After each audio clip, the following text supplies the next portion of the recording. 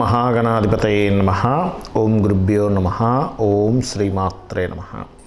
పరమేశ్వర స్వరూపమైనటువంటి జ్యోతిష, వాస్తు మరియు ఇతర అనేకమైనటువంటి శాస్త్రములను మనకు అందించినటువంటి మహర్షులకి నమస్కారం. హయగ్రీవ హయగ్రీవ హయగ్రీవేతి యో వదేత్తస్య నిస్సరతే వాణీ జహ్నుకన్యా ప్రవాహవత్. అరుణాం కరుణాతరంగితాక్షీం ధృతపాశాంకుశపుష్పబాణచాపాం అనిమాదిభిరావృతాం మయూకైః అహమిత్యేవ విభావయే భవానీం. శ్రీమాత్రే నమః.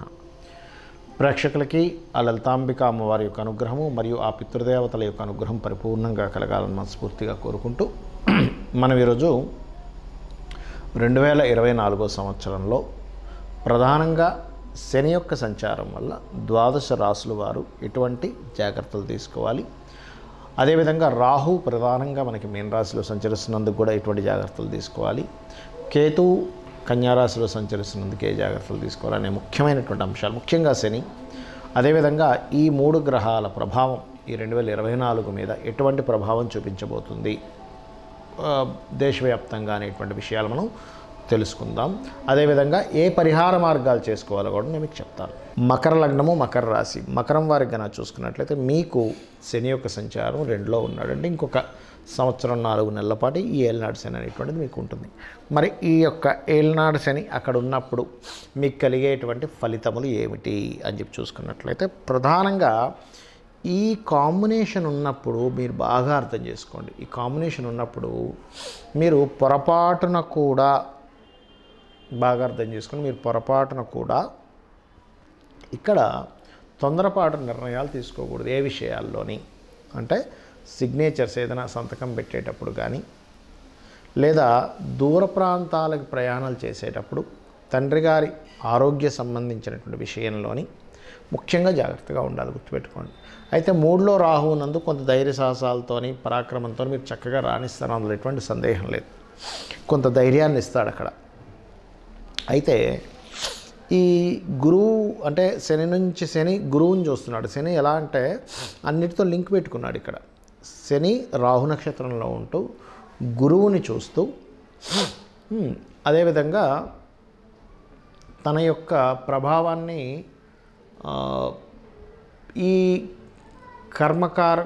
జీవకారకుణ్ణి కాలకారకుణ్ణి రెండింటినీ కనెక్టివిటీ పెట్టుకున్నాడు. అంటే ఏమిటి, జీవుల మీద కాలం మీద కంట్రోల్ తీసుకున్నాడు శని భగవానుడు. ఇక్కడ ముఖ్యంగా మీది మకర రాశి అవుతుంది కాబట్టి ఏమవుతుంటుంది, మీరు ఎక్కడైనా సరే చూడకుండా తొందరపడి సిగ్నేచర్ చేశారు, అగ్రిమెంట్ చేశారు, అక్కడ మీకు మళ్ళీ ఇరికిస్తాడంటే కర్మ రూపంలో వస్తుంది. ఆయన ఏం సాడిస్ట్ అయి మిమ్మల్ని ఇరికించడం కాదు. అంటే ఇక్కడ జాగ్రత్తగా ఉండాలి. లాంగ్ జర్నీ చేసేటప్పుడు కొన్ని జాగ్రత్తలు తీసుకోవాలి. తండ్రి గారి ఆరోగ్య విషయంలో కొంత జాగ్రత్తలు తీసుకోవాలి. తెలియకుండా కొంత దూరంగా కూడా ఉంటుంటారు. అప్పుడేం కాదు, మళ్ళీ తండ్రితో దూరంగా ఉండి ఏ విదేశాలకు వెళ్ళడం అట్లాంటి విషయాలు ఏమి అవ్వదు. అలాగే మరొక విషయం ఏంటంటే ఇక్కడ దీంతో పాటు ఈ యొక్క కేతువు ఎప్పుడైతే 9లో ఉన్నాడో, ఈ 9 అనేటువంటిది ఏమిటి అంటే 9వ స్థానం అనేటువంటిది పెద్ద మొత్తంలో బ్యాంక్ ట్రాన్సాక్షన్స్ విషయంలో కొంత జాగ్రత్త వహించాలి. అలాగే మరొక విషయం ఏంటంటే ఇక్కడ దీంతోపాటు ఈ బ్యాంక్ ట్రాన్సాక్షన్స్ మరియు ఈ 2వ స్థానంలో ఉన్నటువంటి శని యొక్క ప్రభావం ఏదైతే ఉందో కుటుంబ సభ్యులతో కుటుంబ సంబంధించినటువంటి అంశాల్లో కొంత జాగ్రత్త వహిస్తూ ఉండాలి అనేటువంటిది స్పష్టంగా గోచారంలో చూపిస్తుంది. కాబట్టి ఈ మనీ మ్యాటర్స్ విషయంలో, అందులో ముఖ్యంగా పెద్దవాళ్ళు ఏజ్డ్ పర్సన్స్తో కొన్ని ఫైనాన్షియల్ ట్రాన్సాక్షన్స్ విషయంలో కొంత గడబడినిస్తూ ఉంటాడు. అయితే ఈ ఫైనాన్షియల్ గ్రోత్ చాలామందికి ఏంటంటే, అయ్యో 2లో శని నడుస్తున్నాడు కదండి, నా ఫైనాన్షియల్ గ్రోత్ ఎలా ఉంటుందని కొంతమంది భయపడుతూ ఉంటారు. ఇక్కడ నేను చెప్పేది ఒకటే, మీకు 2లో శని నడుస్తున్నాడా, చక్కగా రోజు చండీ పారాయణం వినండి. మీరు చేయలేకపోయినా వినండి, కనీసం విన్నా ఆ తరంగాలు మీ ఇంట్లో మీ చుట్టూ మీరు దగ్గరగా పెట్టుకుని యూట్యూబ్లో పెట్టుకుని వింటున్నారు, మన ఆరాలో ఉన్నటువంటి నెగిటివ్ ఎనర్జీ ఏదైతే ఉందో తొలగిపోతుంది. ఇలా చేయండి. మరియు లలితా అమ్మవారి యొక్క స్తోత్రపఠనం ఎక్కువగా చేయండి, పుణ్యక్షేత్ర దర్శనాలు చేయండి, పితృదేవత ఆరాధన చేయండి అనే విధాలు బాగుంటుంది. ఇప్పటి వరకు మనం మీ రాశి వారికి ఏ జాగ్రత్తలు తీసుకోవాలో చెప్పాను. ఇప్పుడు కాలంలో ఈ యొక్క గ్రహాల యొక్క ప్రభావం కాలం మీద ఎటువంటి ప్రభావం చూపిస్తుంది అని చెప్పి చూసుకున్నట్లయితే ప్రధానంగా శని భగవానుడు మనకి శాస్త్రాల్లో బృహత్పరాశర హోరా శాస్త్రంలో కానీ వీటిల్లో చెప్పినటువంటి అంశం ఏమిటి అంటే శని భగవానుడు కనుక ప్రధానంగా ఎప్పుడైనా కానీ గుర్తుపెట్టుకోండి, ఈ యొక్క కుంభరాశుల్లో సంచరించేటప్పుడు అందులోని కుంభములో శతభిష నక్షత్రం ఉంటుంది, పూర్వాభాద్ర నక్షత్రం ఉంటుంది.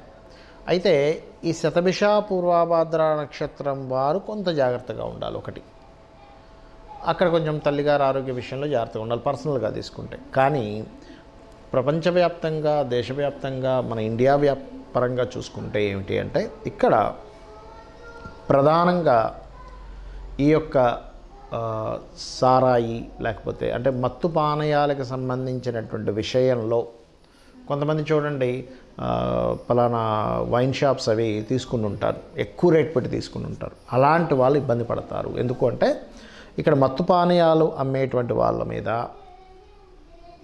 ఈ అంటే మత్తుని కలిగించేటువంటిది ఏదైతే ఉంటుందో గుర్తుపెట్టుకోండి, బండగా వీళ్ళకి ఇబ్బంది వస్తుంది. ఇది బాగా అర్థం చేసుకోండి. ఎందుకంటే చాలామంది తెలియక, అంటే నాకు తెలిసిన వాళ్ళు చాలామంది తెలియక ఏం చేస్తుంటారంటే, సరే నేను ఇదేదో ఇందులో నాకు ఇది లక్కీగా లాటరీ కనుక నేను ఇందులో వేస్తే నాకు గనక వస్తే నేను ఇంతకు అమ్ముకుంటాను, నాకు దీనివల్ల డబ్బులు వస్తాయి అనుకుంటారు. దీనివల్ల మీరు దెబ్బతింటారు. కాబట్టి పర్టికులర్గా ఈ యొక్క జోలికి వెళ్ళకపోవడమే మంచిది. ఇక రెండవది ఏమిటి అంటే ఈ యొక్క కుంభరాశుల్లో శని సంచరించేటప్పుడు దీంతో పాటు రాహు ఎప్పుడైతే మీన రాశిలో సంచరిస్తుంటాడో ఇది ఇచ్చేటువంటి రిజల్ట్ ఏమిటి అంటే ముఖ్యంగా లాయర్లు, టీచింగ్ సంబంధించిన వృత్తుల్లో ఉన్నటువంటి వారికి, పౌరోహిత్యం చేసేటువంటి వారికి, శాస్త్ర సంబంధించినటువంటి విషయాల్లో ఉన్నటువంటి వారు కూడా జాగ్రత్తగా ఉండాలి. అంటే ఎందుకు అంటే ఈ రాహువు మాయా అంటారు. రాహువు మాయాకారకుడు. మనకి మీరు కనుక గమనించినట్లయితే కాలాన్ని నియంత్రించేవాడు రాహు. రాహువుకి మేఘము అనేటువంటి పేరుతో కూడా చెప్తారు. అంటే మేఘము మబ్బుల్ని రాహుగా చెప్తూ ఉంటారు. సూర్యుడి యొక్క కిరణాలని కొంతసేపు ఆపేటువంటి శక్తి, అంటే భూమి మీదకి రాకుండా ఆపేటువంటి శక్తి మేఘాలకు ఉంటాయి, మేఘాలకి ఉంటాయి. ఎందుకంటే మేఘం చూడండి మొత్తం దట్టంగా మేఘాలు అలుముకున్నాయనుకోండి, సూర్యకిరణాలు కూడా రావు, అంటే కొంత లైటింగ్ మాత్రమే వస్తుంది. అందుకే మనకి రామాయణ మహాభారతాల్లో కూడా మేఘనాథుడు, రావణాసురుడు యొక్క తమ్ముడు మేఘనాథుడు ఒకరోజు విజృంభిస్తుంటే అంతటి బలపరాక్రములైనటువంటి దైవస్వరూపం, రుద్రస్వరూపుడైనటువంటి ఆంజనేయ స్వామి కూడా ఈరోజు మనది కాదు, ఈరోజు మనం ఇక్కడి నుంచి వెళ్ళిపోదాం అని చెప్పని అతను అక్కడి నుంచి వైదొలగడం జరుగుతుంది. రేపు వద్దాం కావాలంటే యుద్ధానికి, కానీ ఈరోజు అతనిది ఈరోజు. అంటే ఏమిటి, ఆ మేఘనాథుడు కాలానికి కారకుడు, మేఘములకు కారకుడు ఎవరు అంటే రాహు. రాహు యొక్క ప్రభావం ఎక్కువగా ఉన్నప్పుడు పర్టికులర్గా ఈ లాయర్లు కానీ, ఈ యొక్క జడ్జిలు కానీ, కన్సల్టెన్సీ సెంటర్స్ నడిపేటువంటి వారు కానీ, పౌరోహిత్య వృత్తుల్లో ఉన్నటువంటి వారు కానీ వీరి మీద అనవసరమైనటువంటి ఇబ్బందికరమైనటువంటి వాతావరణం వస్తే ఇబ్బంది పెడుతుంది. ఇది గుర్తుపెట్టుకోండి.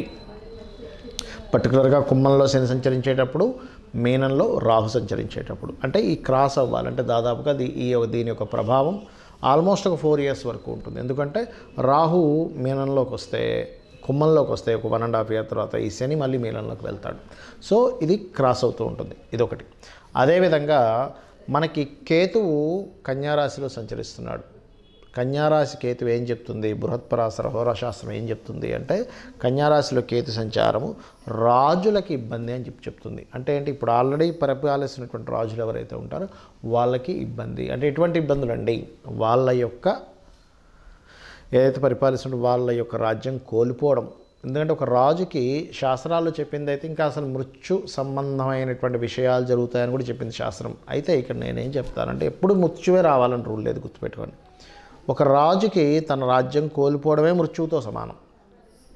ఒక ఉదాహరణకి ఒక సైనికుడు ఉన్నాడు, లేకపోతే ఒక యుద్ధం చేసేవాడు ఉన్నాడు. యుద్ధం చేసే వ్యక్తికి యుద్ధంలో మరణించడం కంటే యుద్ధంలో ఓడిపోవడమే మరణంతో సమానం.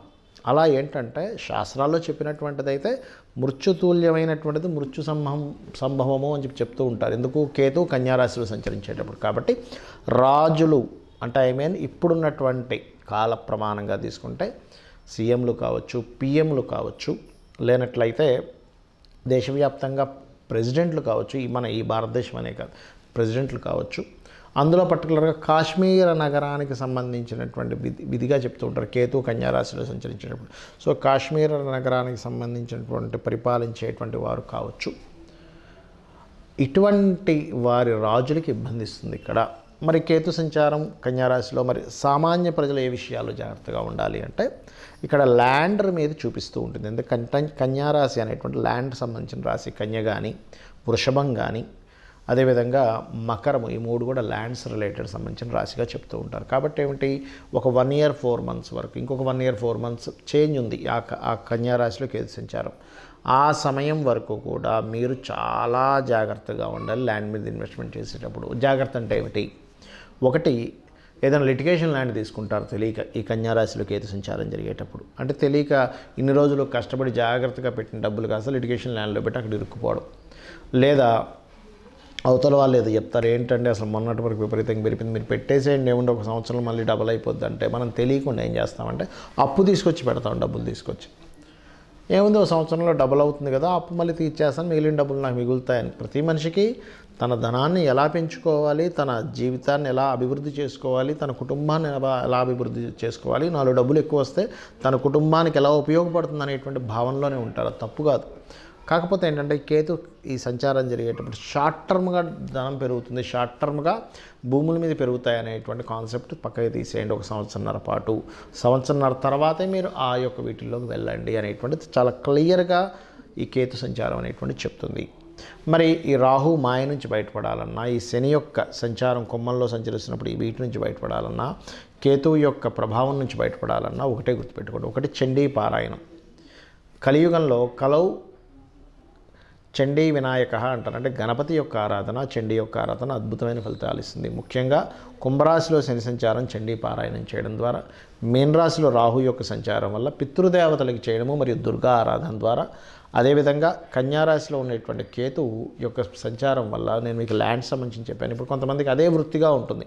అంటే అలాగా వ్యవసాయం చేసే రైతులకి ల్యాండ్ మీదే పని ఉంటుంది, రియల్ ఎస్టేట్ వాళ్ళకి ల్యాండ్తోనే పని ఉంటుంది. రియల్ ఎస్టేట్ కంపెనీయే డైరెక్ట్ అక్కర్లేదు, చిన్న చిన్న వాళ్ళు ఉంటారు మీడియేటింగ్ చేసేటువంటి వాళ్ళు నెలకు 1-2 ప్లాట్లు అమ్ముకొని వాళ్ళ జీవితాన్ని సాగించుకుంటూ ఉంటారు. అటువంటి వారు ప్రత్యేకంగా మీ యొక్క వృత్తుల్లో అద్భుతంగా సాగాలి అంటే గణపతిని ఆరాధించండి. అప్పుడు దానివల్ల ఏమవుతుందంటే మీరు మీ యొక్క జీవితంలో ఎక్కడో స్ట్రక్ అవ్వకుండా చక్కగా మీరు ముందుకు వెళ్ళగలుగుతారు. శ్రీమాత్రే నమః.